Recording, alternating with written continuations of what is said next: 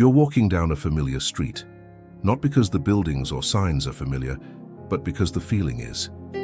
That feeling of routine. The mind is halfway home already, drifting through the to-do list, the emails left unanswered, maybe thinking of dinner.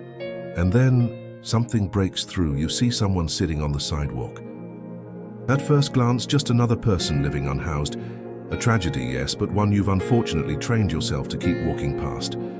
But something makes you look again. Something in the way they hold their face, the way their eyes search yours. And then it hits you. Not a stranger, not just another person caught in the broken machinery of society. Her. Your first love. That's where we begin. This isn't a story of romance. It's a story of awakening, and the kind that punches through years of detachment.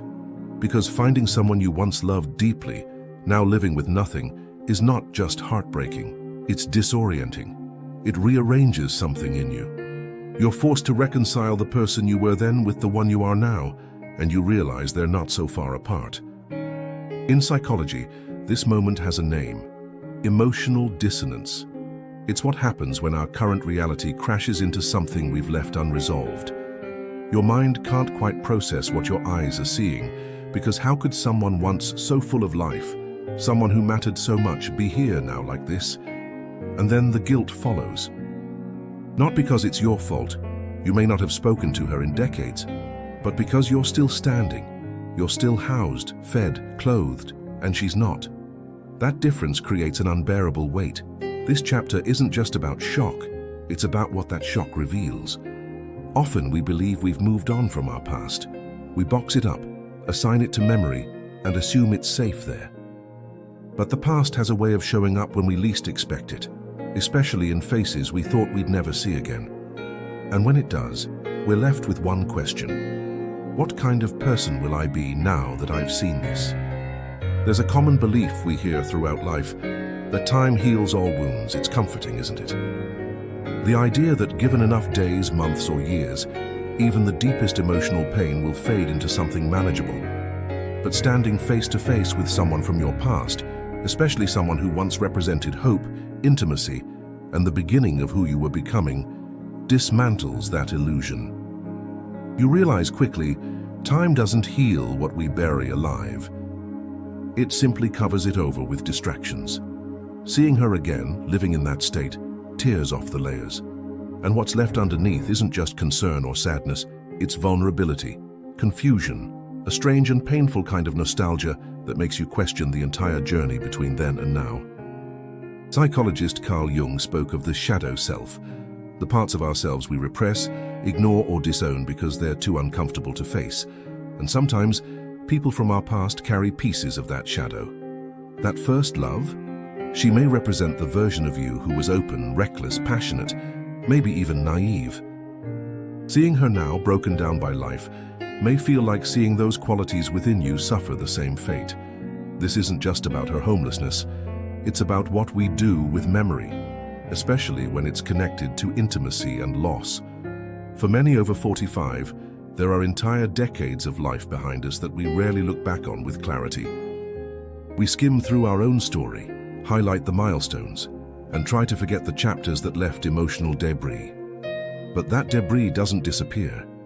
It collects in quiet places, until one day, something wakes it up. And here she is. You start wondering, what happened? When did things fall apart?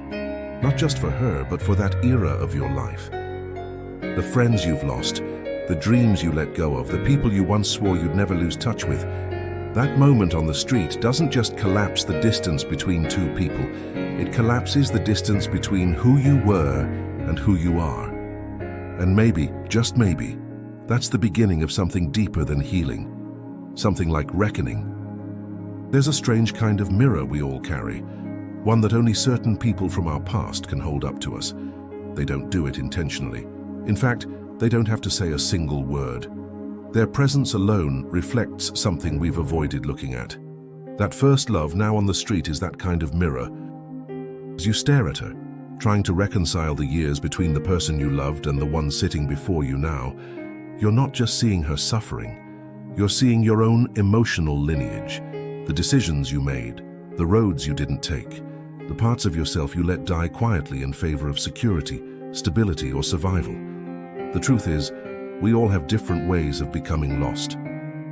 Some people lose their path in the open, on sidewalks beneath overpasses with a shopping cart beside them. Others get lost silently, behind desks, inside marriages that no longer feel like home, under the weight of responsibilities they never questioned until it was too late.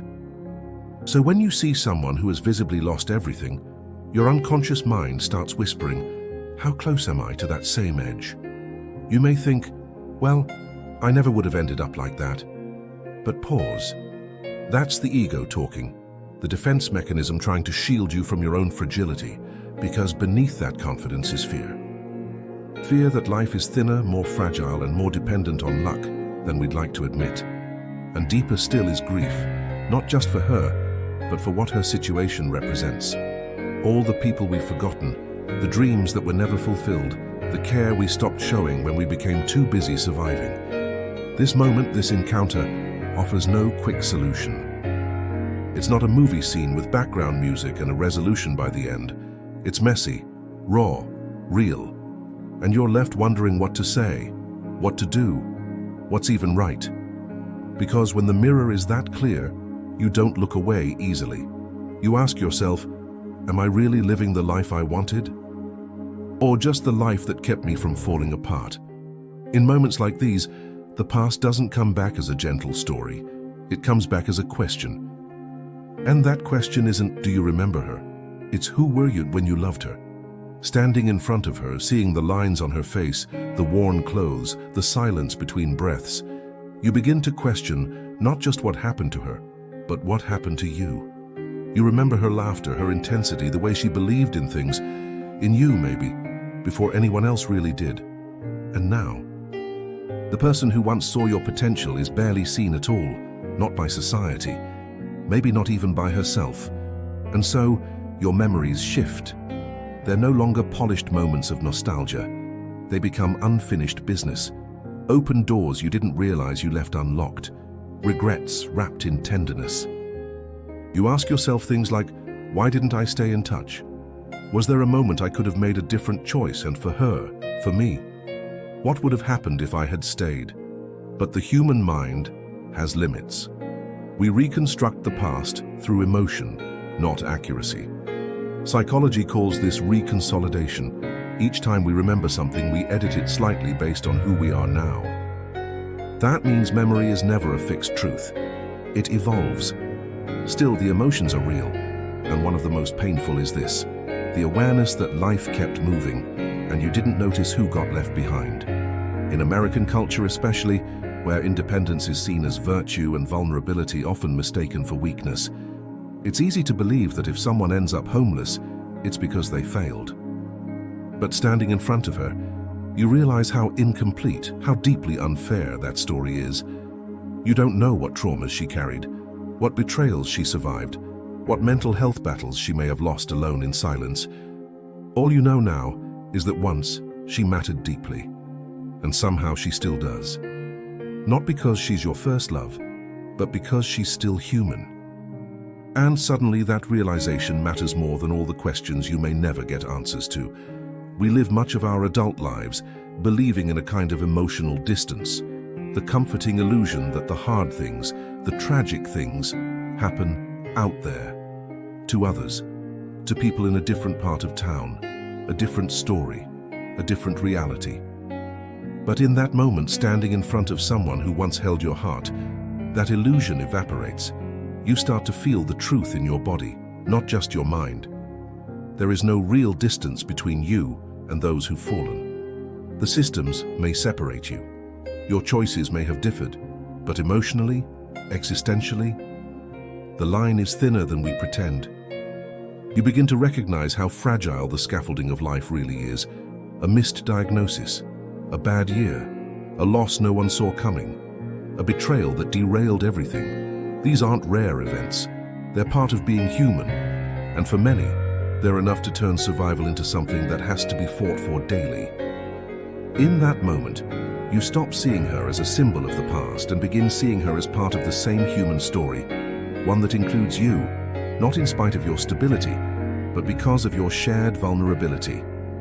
In psychology, this shift is known as radical empathy. It happens when we stop observing suffering from afar and start recognizing it as something that could, and in some way already does, exist within us too.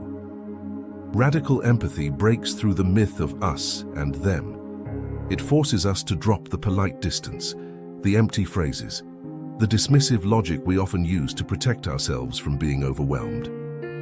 And when that happens, you don't just feel pity, you feel responsibility, not in the sense of guilt, but in the sense of presence, of care, of saying, with your eyes, if not your words, I see you, and I won't look away.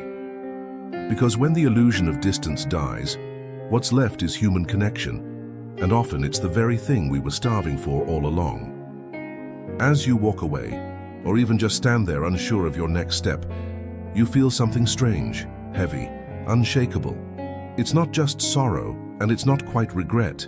It's a deeper awareness, a kind of emotional inheritance. Because once you see someone like this, someone who once held your affection, your history, your young dreams, you carry them with you. Maybe not physically, maybe not in daily contact, but emotionally, psychologically, something has shifted permanently. And this leads us to one of the most underappreciated truths in adult life. We are defined not just by what we let go of, but by what we choose to carry. Most people over 45 have already experienced their fair share of goodbyes. Some were expected: children moving out, jobs ending, parents passing. Others came without warning, but we rarely talk about what we still carry, the faces, names, and unfinished stories that live quietly in the background of our minds. Sometimes what we carry becomes weight, but other times it becomes wisdom. In therapeutic terms, this is part of post-traumatic growth, the process of finding meaning and emotional depth after facing something painful. Not just recovering, but expanding, deepening, becoming more fully alive. The encounter with your first love, and now displaced, suffering, vulnerable, has cracked something open. And in that space, you're forced to choose. Do I shut down and pretend this didn't happen? Or do I integrate this moment into the way I live, love, and see others? What we carry influences what we give.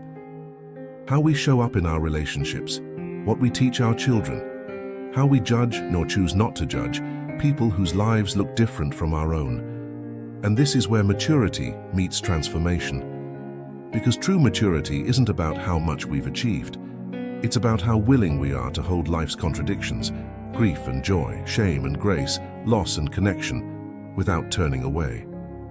So you carry her now, not out of guilt, but out of recognition, because something in you has awakened, and it's not going back to sleep. There are moments in life when we're offered a choice, not dramatic or obvious, but quiet and decisive. The kind of choice that happens in the heart, not in headlines. This was one of them. You could have looked away. Politely, awkwardly, the way we're all conditioned to when something feels too much. You could have crossed the street, pretended not to notice, rationalized that you wouldn't know what to say anyway. And many people would have understood. After all, what can you say to someone whose reality is now so far from yours? But here's the truth. There's a cost to looking away. Not just to the other person, but to you. Every time we deny what touches us deeply, we lose a piece of our capacity for connection. Every time we avoid discomfort, we grow a little more numb. And over time, that numbness becomes a kind of internal exile from compassion, from presence, even from our own truth. In psychological terms, we call this emotional avoidance. It's not just avoiding pain, it's avoiding life. Because life includes pain, and by trying to dodge it, we often dodge the meaning that pain brings with it. The hardest part is that the consequences of avoidance are slow, subtle. You don't realize what you've sacrificed until years later, in relationships that feel hollow, in a quiet sense of disconnection, in the fading ability to feel moved by the world. But when you don't look away, when you stay, even just for a minute, something profound happens. You reclaim a part of yourself. You re-establish your emotional center. You remember what it's like to feel deeply, without needing to fix, explain, or escape. In that shared silence, you may not have changed her life, but she may have changed yours, because she reminded you that behind every label, homeless, lost, forgotten, is a human being. And in seeing her, you remembered the one thing that truly connects us all, our need to be seen. In the end, this wasn't about romance. It wasn't even about the past. It was about recognition. Recognition of the person in front of you, not as a symbol, not as a ghost of who she once was, but as someone fully human, still alive, still here. It was about seeing what you almost forgot, that everyone carries a story, and no one escapes the fragility of being human. This kind of recognition doesn't offer neat endings. There's no grand reunion, no miracle transformation. What you're left with isn't resolution, it's reverence, a quiet respect for the complexity of life, for how easily a person can become invisible, for how easy it is to become emotionally blind in a world obsessed with moving on. But now you see, and that changes everything. In American society, where productivity is worshipped and vulnerability is often hidden, encounters like this are revolutionary. They ask us to pause, to feel, to remember that dignity isn't earned through success, it's inherent. You may never fully understand how she ended up there. You may never know what she remembers of you, or whether your face brought her the same rush of emotion. But maybe that's not the point. Maybe the point is that in a world full of indifference, you chose presence. Presence is rare and powerful. It's what turns passing moments into lifelong shifts. It's what lets us live with fewer regrets. And it's what allows us, even in silence, to say, you mattered then, you still matter now. You'll carry this with you. Not as a wound, but as a weight that keeps your heart anchored. A reminder to notice more, judge less, love better, and to never again let the demands of daily life erase the humanity standing right in front of you. This wasn't a chance meeting. It was a reckoning, a return, a call to remember not only who she was, but who you are still capable of being. And sometimes, that is the love story. Not a story of two people reuniting, but of one person finally reconnecting with their own humanity. There's one piece we often forget in stories like this, one that lives quietly beneath the emotion, the guilt, the compassion. What does this moment ask of you, not just for her, but for yourself? You see, when we reconnect with a person from our past in such a raw, vulnerable state, we often rush to give time, money, support, apologies. But rarely do we pause to ask what we need from the moment, what it's revealing about our emotional limits, our capacity to care, and, most importantly, the relationship we have with our own pain. Because maybe this encounter isn't just calling you to help, maybe it's calling you to heal. You can't rescue everyone, you know that. Life has taught you that lesson more than once. But what you can do is stop punishing yourself for the times you didn't know better, for the choices you made when you were young, scared, hopeful, or simply unaware, for the silence you kept when your voice hadn't yet found its strength. Sometimes compassion must turn inward, especially in midlife, when the weight of memory grows heavier and the desire to make things right can become a quiet torment. But here's a truth psychology reminds us of. You cannot give what you deny yourself. If you want to offer her dignity, you must offer yourself grace. If you want to walk away from this moment with clarity instead of shame, you must accept the limits of your past and the power of your present. That is not selfishness, that is maturity. And perhaps the most radical act of kindness you can give to her, to the world, to yourself, is to keep your heart soft, to let this moment not harden you but open you. So that the next time you see someone overlooked, forgotten, or in pain, your instinct isn't to look away, but to see. Not out of pity, not out of duty, but because you've learned. Every time you choose to face suffering, including your own, with honesty and compassion, you help create the kind of world where no one has to disappear to be remembered.